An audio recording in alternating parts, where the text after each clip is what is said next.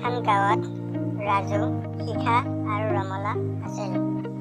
ৰাজুই খেতি বাতি কৰি ঘৰখন পোহপাল দি আছিল, কিন্তু শিখাৰ মাকজনী মাহীমাক আছিল।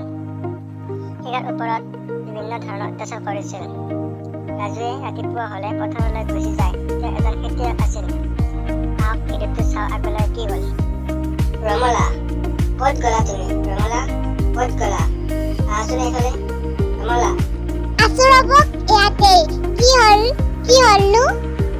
ৰমলা, মই অলপ পথাৰলৈ যাওঁ। তুমি মোৰ সন্তানীক চাবা, তাইক ভাত পানী দিবা।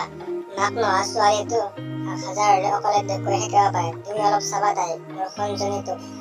হ'ব দিয়ক, মই তাইক আগৰ মাকৰ দৰে মৰম চেনেহ কৰিম। আপুনি চিন্তা কৰিব নালাগে। আপুনি এতিয়া পথাৰলৈ যাওক যায়। শিখা, মোৰ ছোৱালী ক'ত আছা মোৰ মা? মোৰ সন্তানী, আহিছা তুমি? ক'ত আছিলা মা? মই অলপ পথাৰলৈ যাওঁ। তুমি মাৰ লগত ঘৰত থাকিবা আৰু ভাত পানী খাই শুব দে মা। ক'তো ঘূৰি নাথাকিবা তুমি। ইয়াতে তোমালোকে দুখ থাকা, মই আহো দিয়া। বুলি কৈ ৰাজুৱে পথাৰলৈ গ'ল।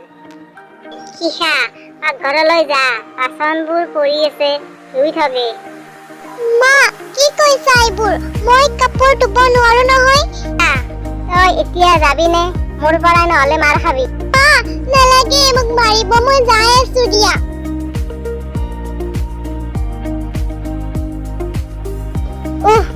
বৰ গৰম, অলপ বহি লওঁ। হৰি, এই ছোৱালীজনী বা কি কৰি আছে?